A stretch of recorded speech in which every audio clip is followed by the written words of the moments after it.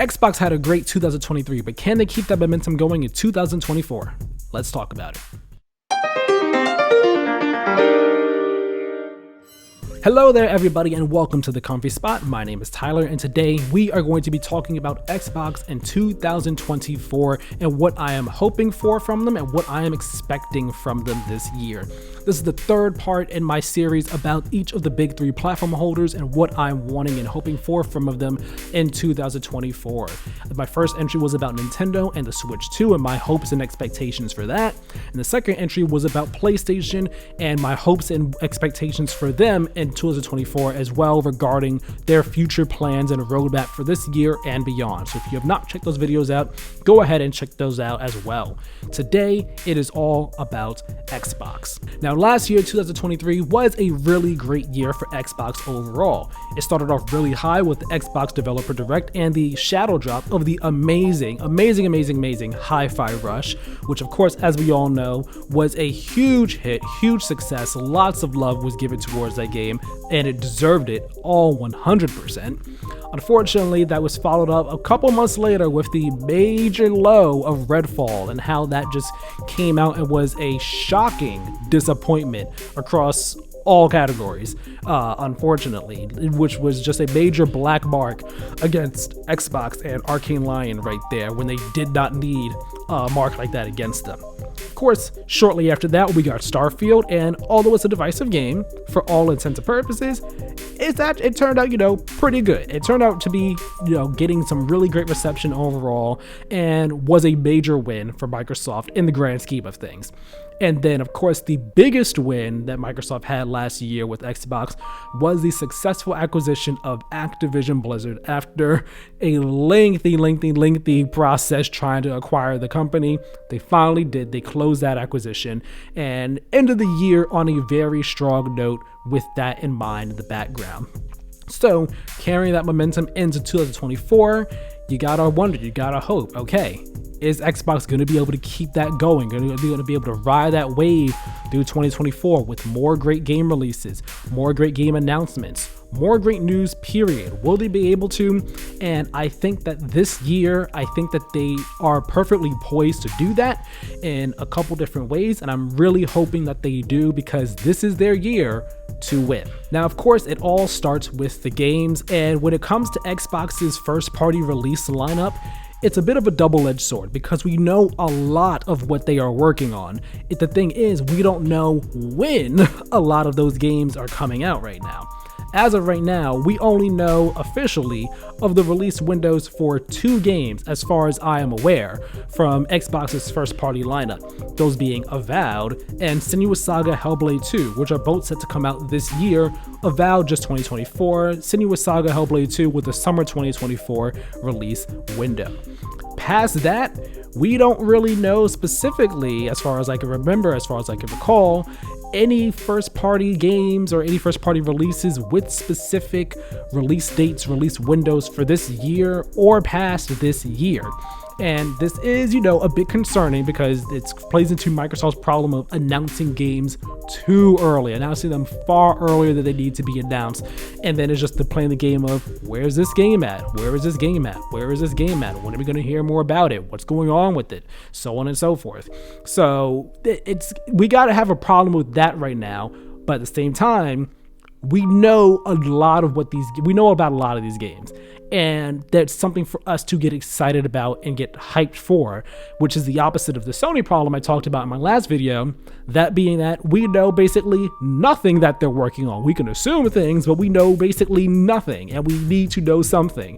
So with Xbox, yes, Avowed and Senua's Saga Hellblade 2 are this year, but we also have Fable to look forward to, which probably isn't this year, but you never know.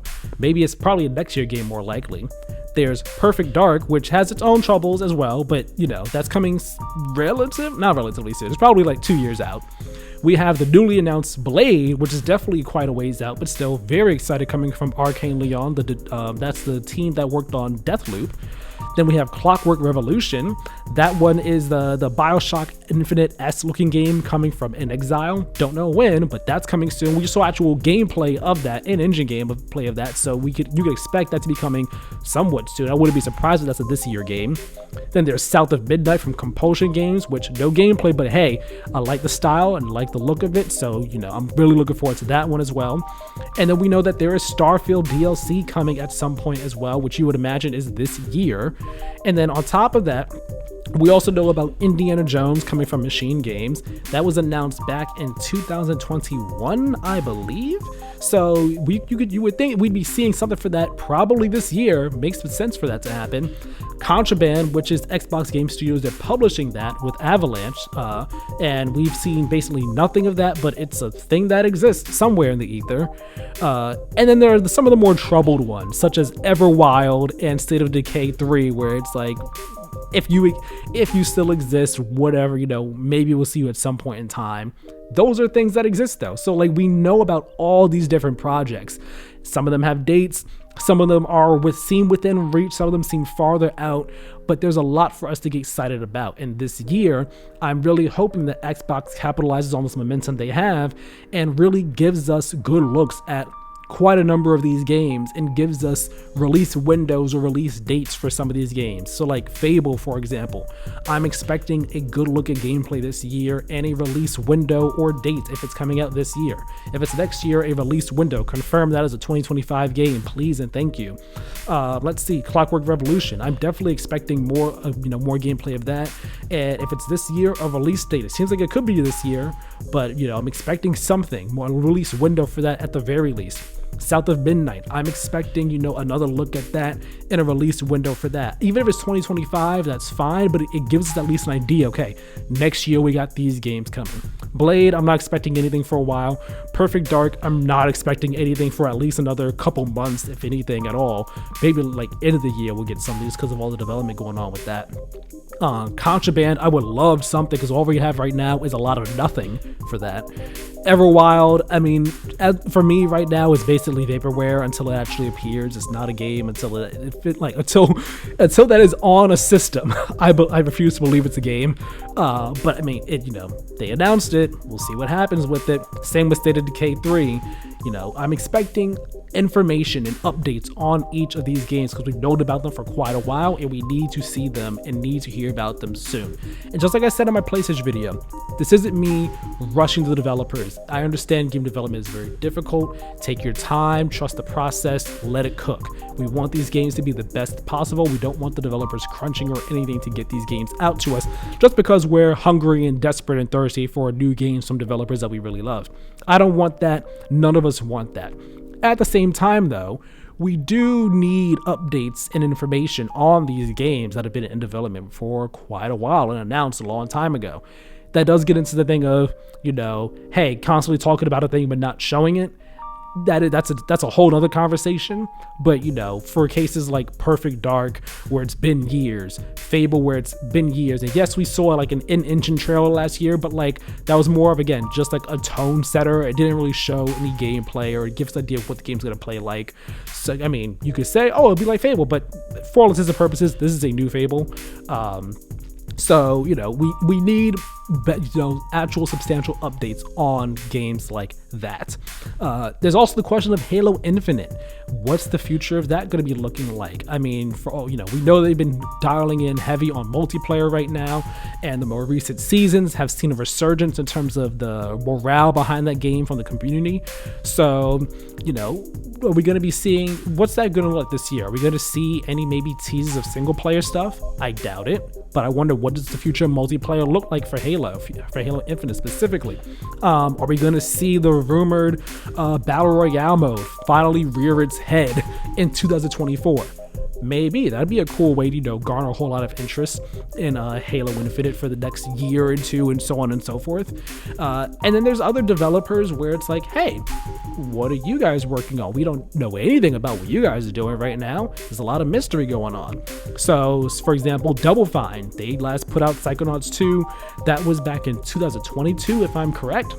So it might be a bit too soon to hear anything from them at all right now. Understandable, but hey, I wonder what they're doing. I wonder what they're working on. Maybe we could get a little tease of some sort. Tim Schafer, you never know. And then more, perhaps the biggest question mark on this list, or maybe not, depending on who you ask, your perspective on this, is the Coalition, the developers behind the Gears of War series. I mean, Gears 5, that was, last on the Xbox One, and yes, it got the next-gen update for Series S and X, but we haven't really, as far as I know, gotten any sort of news or update on what the Coalition's working on. We saw, their Unreal Engine 5 tech demo that they did, and I think there were reports or rumors that they were working on a new IP, but then that transitioned back to Gears 6 instead, so who knows what's actually happening with them right now. And if it is Gears 6, who knows how long it's going to be before we see it. But I would like to think we'd see something this year, considering that, if I'm correct, it's been, 2024 would make 5 years, if I'm correct, since Gears 5 came out. I believe it came out in 2019. So, it's been a while. What are you cooking over there, Coalition? We'd like to hear, even if we don't see the game, just getting official confirmation. We are working on the next entry in the Gears series, or we are working on a new IP, or both. Some news would be great. And then there's also the question of id Software over there, Bethesda.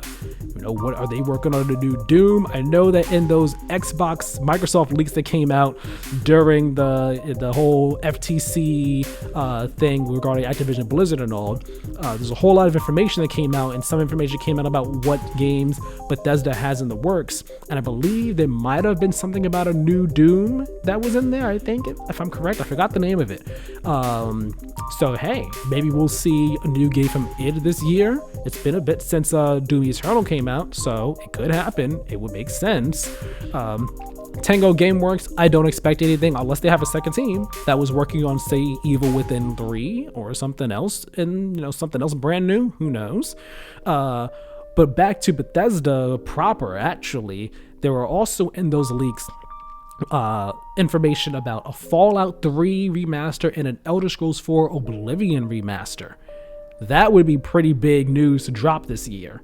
Like, even if they're not coming out this year, just being like, hey, these are happening, these are in the works, they're seeing the light of day, here's a first look at them, more information in the near future. That'd be cool. That'd be awesome to see, awesome to hear. Now, when it comes to that information from the Xbox leaks, from the leaked documents, as Phil Spencer did say, plans change. These were plans at one time. They may not be the plan now. So the Fallout 3 and Oblivion remasters may not exist. The Doom stuff may not exist anymore. Who knows what the case may be. But overall, from Xbox's first-party games, their first-party lineup across their studios, at least the ones I have listed down right here, there is a lot to look forward to. We know a lot of what is coming, and there are some mysteries. And I'm okay with letting some of the mysteries continue to be mysteries, although in the case of Coalition, hey, maybe say something, please. It's been quite a while. But at least in the case of what we know, okay, we know these games are the ones in development. Let's get updates on these. Let's see something for these. Let's get, more solid information on these. Fable, Clockwork Revolution, Perfect Dark, please. You were announced back in 2020, if I'm correct. If not 2020, it was... No, yes, it was definitely 2020, because it was announced at the Game Awards that year. Yes, we need more information on you. I know you've been in development trouble, but we need information. So Initiative, Crystal Dynamics, come through, please and thank you. And the crazy thing is, that was all just first-party games. Let's not even talking about third-party releases, the Game Pass aspect of things, because hey, we don't know everything that's coming this year to Game Pass from third-party at all. But we already know that, Persona 3 Reload coming to Game Pass day 1, February 2nd, just under a month away from right now. I'm very, very excited about that game. Then there's Dungeons of Hinterberg, not a AAA game. It's more of a smaller indie type game, but that one still also looks really cool. I'm excited for that. That's a Game Pass day 1 right there. Stalker 2, that's supposed to be coming this year, Game Pass day 1. Towerborn, from the team that worked on The trilogy. Oh man, I'm blinking on it. Hold on. The Banner Saga trilogy. Oh my gosh, I felt so terrible forgetting that for a moment. Towerborn from the Banner Saga trilogy team. That's supposed to be coming this year, and Game Pass day one.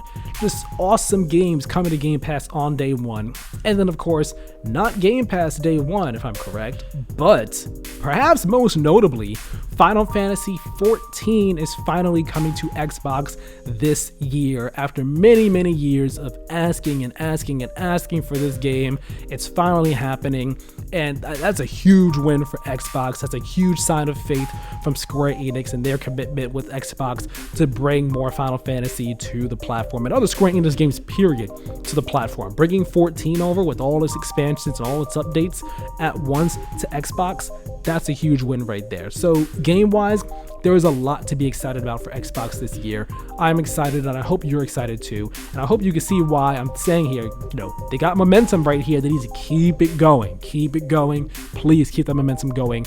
Xbox, just specifically in this case, on the game side of things. Now, as I said before, one of Xbox's biggest wins from 2023 was undeniably their successful acquisition of Activision Blizzard. No matter how you feel about the acquisition, whether you're for it or against it, you can't deny that it was a huge turning point and a huge win for Microsoft and Xbox as a company.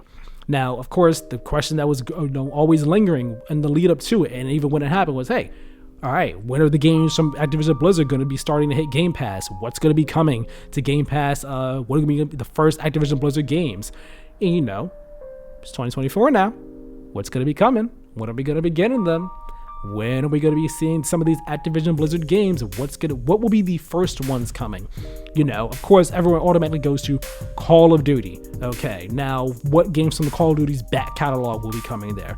Are we going to get basically everything from the consoles, from 360 generation up to the current generation, in terms of, hey, get all of you on Game Pass at once? Maybe, or maybe they just dole them out in bits and pieces. So the original Modern Warfare, World at War, Modern Warfare 2, Black Ops, maybe they do it like that, and then all right, just these right now, and then we'll do a couple more in a couple months and another couple in a couple months. Who knows? Maybe that's what they'll do. Of course, the biggest question surrounding Call of Duty will be Call of Duty 2024, rumored to be Black Ops Gulf War. Is that one going to be in Game Pass on day one?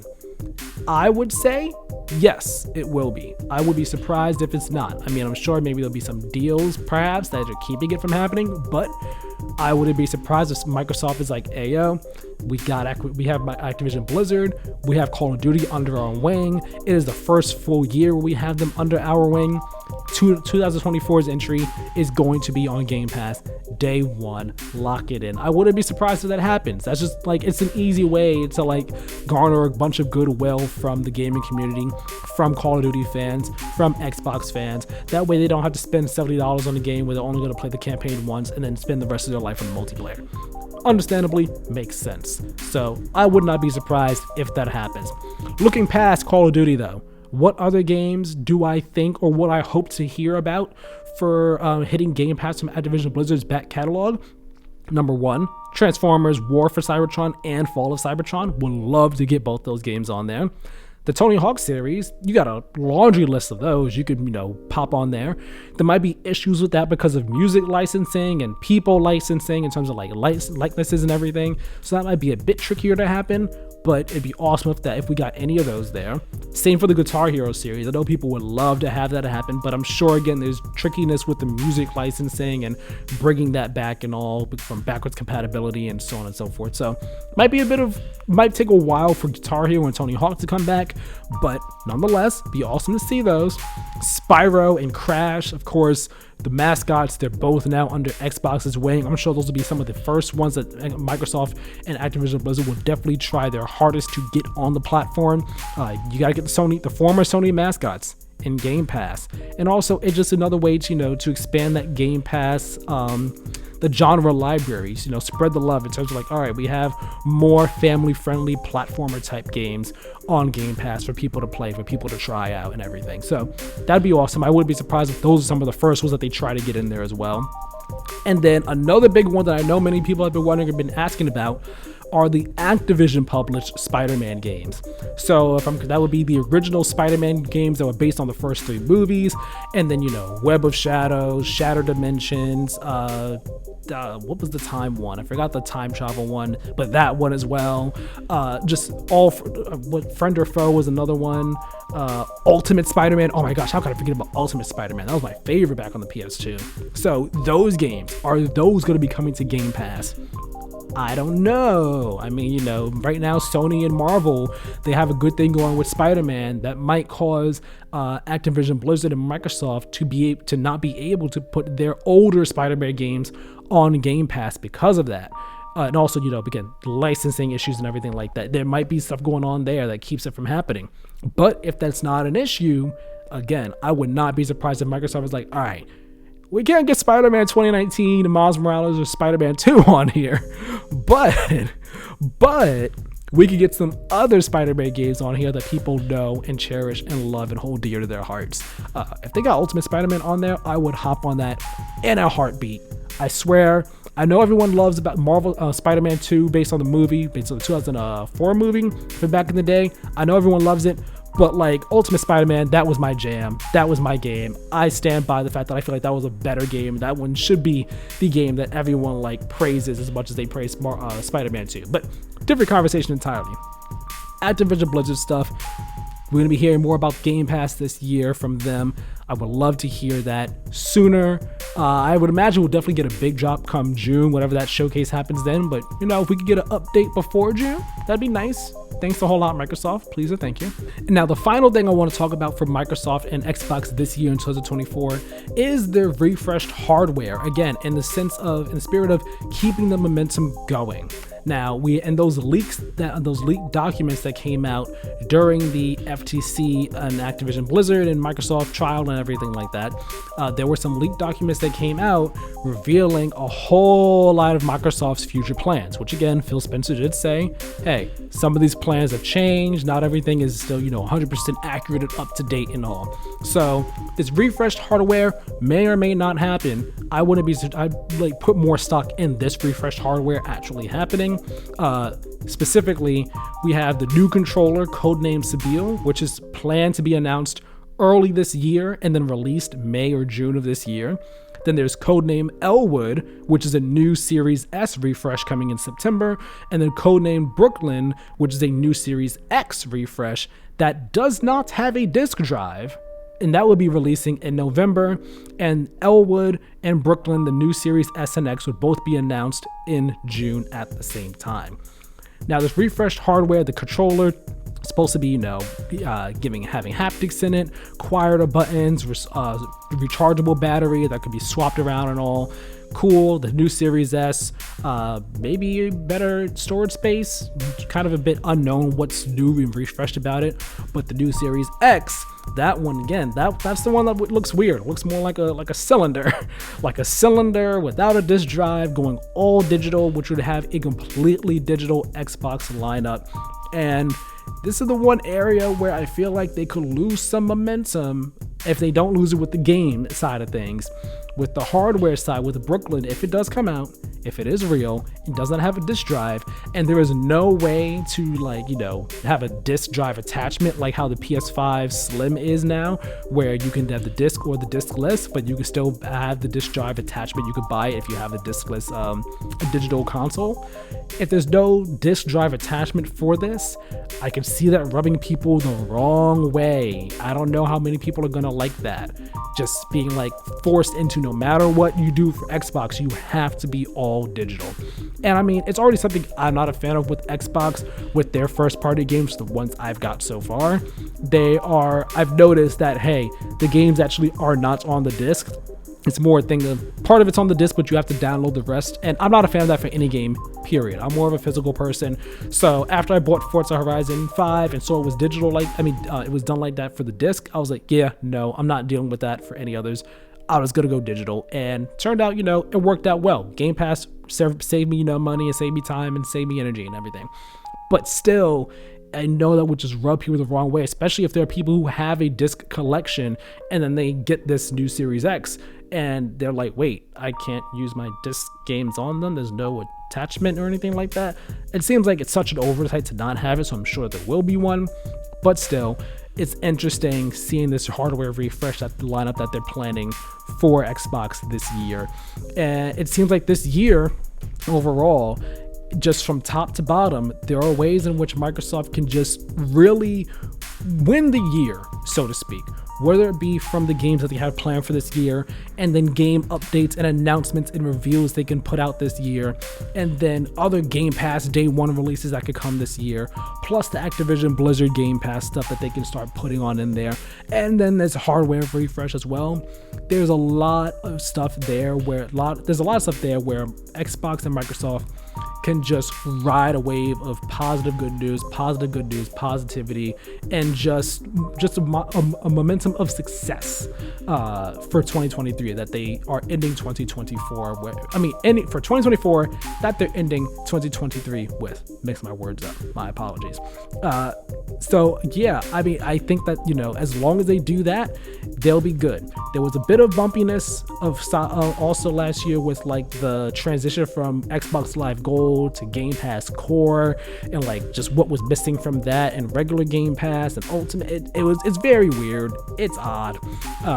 So if they avoid any unnecessary blunders similar to that this year, I think that overall Microsoft should have a great year, and I'm looking forward to seeing what they have in store for all of us this year. Let me know what you all think down in the comments below. What are you looking forward to from Xbox in 2024? Do you think that they'll be able to ride this wave of momentum that they have in 2023 and bring it into 2024 and have a very successful year from the game side of things, on the first party side, to the Game Pass side, to hardware? What do you think? Let me know your thoughts in the comment section down below. Make sure you like this video and subscribe to the channel and turn notifications on. That way you know as soon as other videos go live. And again, if you have not already, go check out my video on Nintendo and the Switch 2 and PlayStation and their mysteries and what we need from them this year and the answers that we need from PlayStation. All that said, thank you all so very much for watching, and I will see you all in the next one. Have a good one.